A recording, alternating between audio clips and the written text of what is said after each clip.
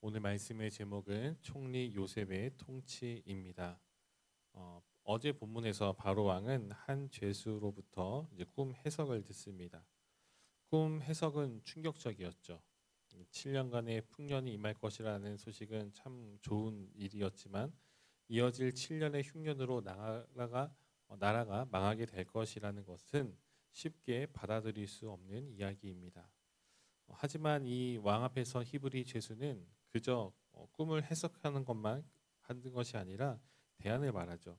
7년간에 있을 이 흉년을 극복할 수 있는 방법에 대해서 알려줍니다. 바로 왕이 볼 때 히브리 죄수는 정말 아무것도 아닌 존재죠. 꿈 해석해 준 것은 그럴듯해 보일 수 있는데 그 위기를 극복할 수 있는 대안에 대해서는 사실 그냥 듣고 넘길 수도 있는 문제입니다. 그 당시 애굽은 이미 수많은 학문이 발달되어 있었고 정말로 각종 우리가 생각하는 그 이상으로 학문이 좀 발달된 곳이었다라고 합니다. 그렇단 말은 그 나라 가운데 똑똑한 학자들이 이 바로 주변에 얼마나 많이 있었겠습니까? 기근에 대한 대비도 이들에게 맡기는 것이 훨씬 더 나아 보입니다. 그런데 바로는 이 히브리 죄수인 요셉을 인정하죠. 38절에 보니까 그가 이렇게 말해요.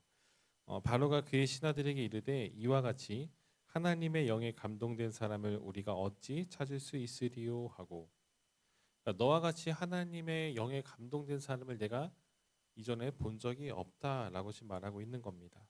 그리고 39절에 이렇게 이어서 말합니다. 요셉에게 이르되 하나님이 이 모든 것을 내게 보이셨으니 너와 같이 명철하고 지혜 있는 자가 없도다. 바로는 이 요셉을 인정하고 있습니다. 그의 밑에 있던 수많은 지혜 있는 자들보다 훨씬 더 뛰어난 지혜를 가지고 있다는 것을 인정하고 있는 것이죠. 바로와 요셉의 만남은 이전에 단 한 번도 없었습니다. 이제 처음 만난 사이이고, 그리고 지금 이 대화를 나눈 것도 그리 많은 시간을 보낸 것도 아닙니다. 하지만 이 짧은 대화 속에서 이 바로는 요셉과 함께 하시는 그 하나님의 존재를 느꼈고, 그로 말미암아 요셉을 인정하였다라는 겁니다. 하나님과 함께하는 사람은 이렇듯이 그리스도의 향기를 뿜게 되어 있습니다. 우리가 드러내지 않아도 우리가 하는 말을 통해서 또 행동을 통해서 그리스도가 전파되고 복음이 전달되는 것이죠. 하나님의 존재를 알지 못했던 그 바로가 요셉과의 짧은 대화를 통해서 하나님을 발견했듯이 오늘 우리의 삶을 통해서도 하나님의 존재가 주님을 믿지 않는 사람들에게 전달되어야 하고 또 전해져야 합니다. 그런 삶을 살기 위해서는 우리가 인간의 정욕에 따른 삶을 살아가는 것이 아닌 복음을 따라서 그리스도의 성품을 닮아가는 그 삶을 살아가야 합니다.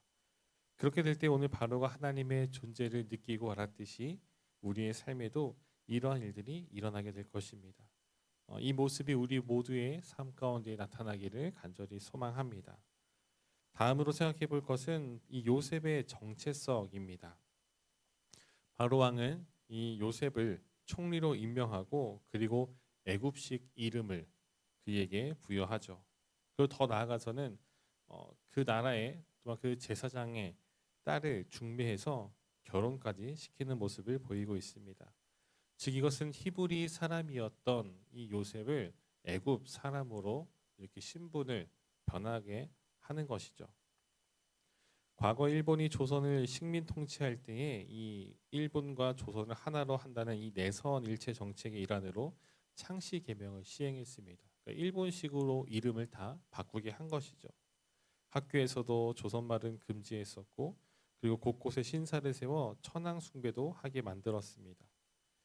지금 바로 왕은 이 요셉을 애굽 사람으로 지금 만들고 있습니다.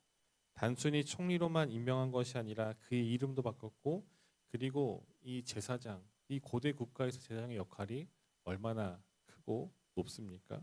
그 제사장의 딸과의 결혼도 주선합니다. 그러니까 그의 신분만 바뀐 것이 아니라 그의 모든 것이 애굽화 되었다라는 것이죠. 그런데 50절부터 52절에 보면은 요셉이 흉년이 들기 전에 두 아들을 낳았습니다. 바로 므낫세와 에브라임이죠. 두 아들의 이름의 뜻을 보니까 므낫세는 하나님이 내게 내 모든 고난과 내 아버지의 온 집 일을 잊어버리게 하셨다라는 뜻이고, 에브라임은 하나님이 나를 내가 수고한 땅에서 번성하게 하셨다라고 말하고 있습니다. 요셉은 두 아들의 이름에 그 하나님의 그게 하나님께서 그에게 하셨던 그 일들을 정말 그 짧은 한 문장 요약해서 두 아들의 이름으로 삼았다라는 겁니다.